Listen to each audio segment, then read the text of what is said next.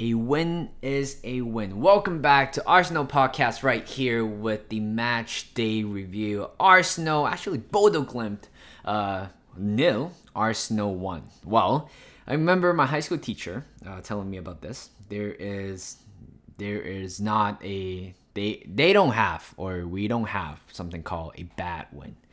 Either you have a good win and a great win. And today I would say it's a good win. Honestly, this game is boring. Hands down boring. But at the same time, you got to give all the credits to Bodø Glimt. Great team. You guys can see why they made such an effort last season in the Conference League against Roma. I'm sure. I think in the end, they got knocked out. But the fact that playing at home, it's their home. It's going to be tough. Artificial grass. Something that you don't hear very often in the professional footballing world. But this game is down to earth, very, very boring. There is not much going on the Arsenal side, but Bodø Glimt had been pretty much had the majority of the possession, if I'm correct, or maybe 50-50. But of course, you guys can say Bodø Glimt got more chances than Arsenal throughout the whole game, and it was just very boring to watch. And at the same time, I don't blame them, because Bodø Glimt, a great side as well. You guys can see why they beat Roma 6-1 last season in the Conference League. So of course there is a certain capacity within them. So but of course with this win, it shows that Arsenal win 3 out of 3 and winning 11 games across all competitions so far. Which is, again, it's great. Honestly, just winning a game like this, it's still great, to be honest. I'm not gonna lie, but the way how we win it, it's quite. I don't know what to say, to be honest. It's just a very boring win. The lack of dynamics within the formation, within the play that we have, was just very questionable at times. Going to this game again, I'm doing this kind of a preview thing at the same time. Going to this game, I know that of course Bodø Glimt has a great record against Roma or any top European side.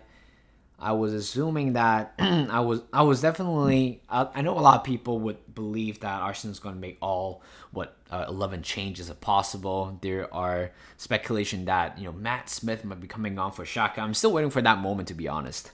But of course, for the center back pairing, you would assume it would be Holding, also Tomiyasu, and you put Cedric on the right, Tierney on the left. But apparently it didn't happen.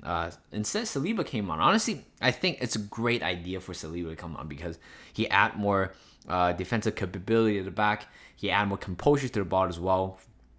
And of course, Ben White at the same time on the right side. I definitely do not have a single problem with that. I didn't watch the full game, to be honest. I only watched I missed the last 5 minutes of the first half, and also the first 10-15 minutes of the second half. I think by the time I was watching the second half, it was I'm pretty sure it was when Granit came on or something like that.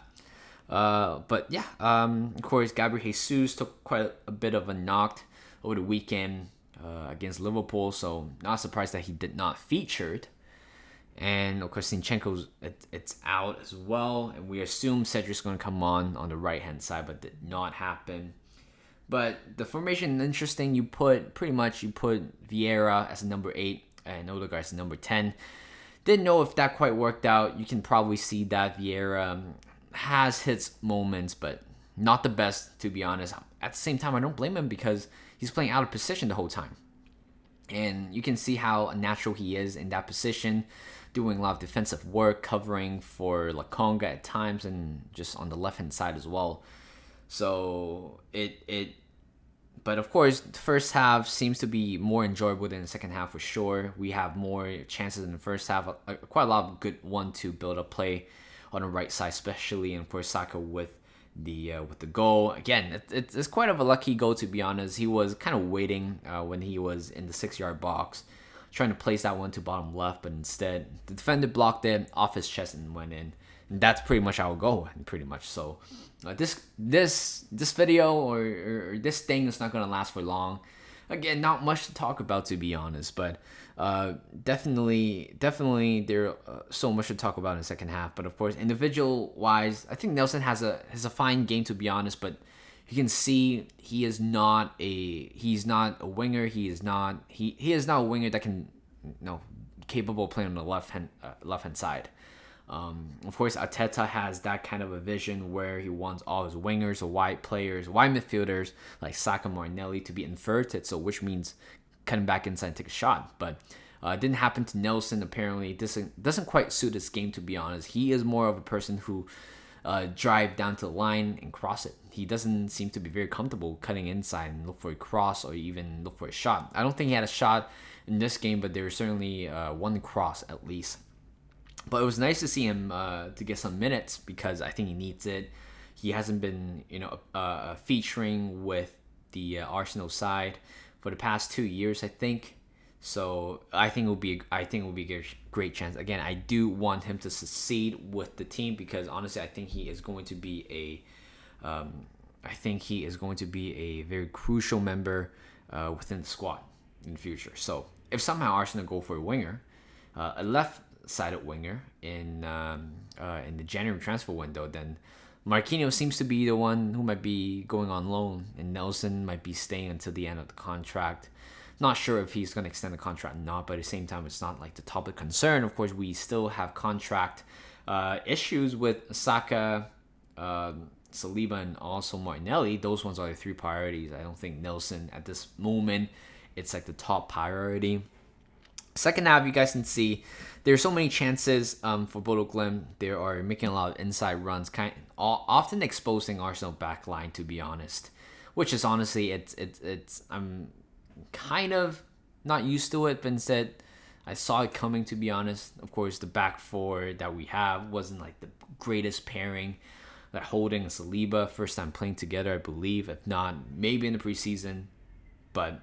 Definitely there needs of improvement. At the same time, also showed the lack of depth that we have. And Ketia was the sole striker today. You guys can probably see he's running up and down. Towards the end, you guys can probably see is running out of breath in a lot of times. But having an extra, a couple of players in the middle area or even up front area would be so beneficial with Arsenal right now this season. In the end, you have to rely on the first team player coming on, Xhaka coming on, Martinelli coming on, even Partey coming on. I don't even want Partey to be in today's game. Like 10 minutes, he played 10 minutes, and you would never know what's going to happen to him. So luckily he is fine, or hopefully luckily he is going to be okay. So it's tough. But honestly, my man of the match. This will be very quite surprising to a lot of you. It's Matt Turner. I think he didn't put any foot wrong. I think he did a very good game. Distribution seems to be better, but in a lot of times the judgment of him coming out from the goal and trying to clear the ball was the timing was perfect. And of course, towards the last second, to the last minute, I know it was a foul, but good punch from him. Just like 4 people surrounding him at the same time, but somehow got a hand to it. I think he is the man of the match for me personally. Don't know how you guys think. And yeah, and honestly, just there's one thing I do want to talk about. It's just we have too many touches right around the box. I did talk about this. It's a good thing where we have more touches in the box right now. But sometimes I felt like we are just instinctively slower in a way when you make a decision when you're about to take a shot. I felt like there were a couple of them where I think Marquinhos cut back inside. He definitely had that one chance, that one split second to take a shot. Whether if it's way over or it smash into somebody. But I think at that moment, you need to go for it. We need the kill or go. And in the last 30 minutes, you are not going to get kill or go if you're not taking a lot of chance. And of course, artificial pitch.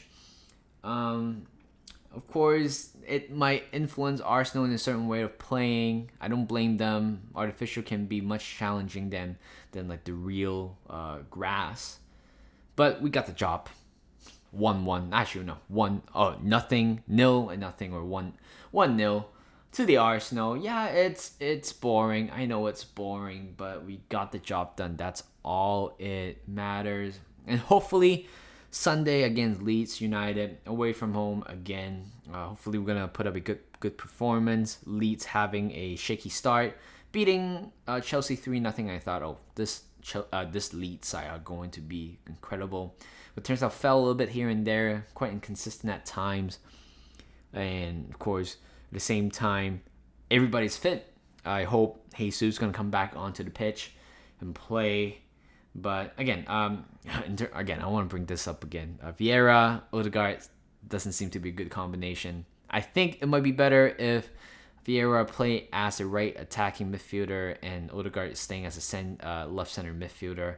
I think that would be much better. But Arteta didn't quite see that coming, or didn't have that planned. But anyway, a win is a win. We won this game and 9 points clear. Hopefully, we're gonna be at the top of the group stage by the end of by the end of all the games of the Europa League. Again, you can skip the whole round of 32 or the preliminary round, but yeah, just trying to avoid that. Instead, go straight into round of 16, and it saves us 2 games potentially and rest some of the players. But I'm optimistic about the game on Sunday. Hopefully, we're going to get a win. I'm not a delusional fan where I believe, we're going to win every game. Every game is different. Every game, in terms of every game, there's a different context. We might make mistakes. We might not. We might be better than the other team, or the other team might be better than us. But again, I'm trying to be optimistic. Hopefully, we're going to get a win on that day. And thank you guys for listening. Hope you guys enjoyed this podcast. Like this video, subscribe to my channel, and I'll see you guys in a bit.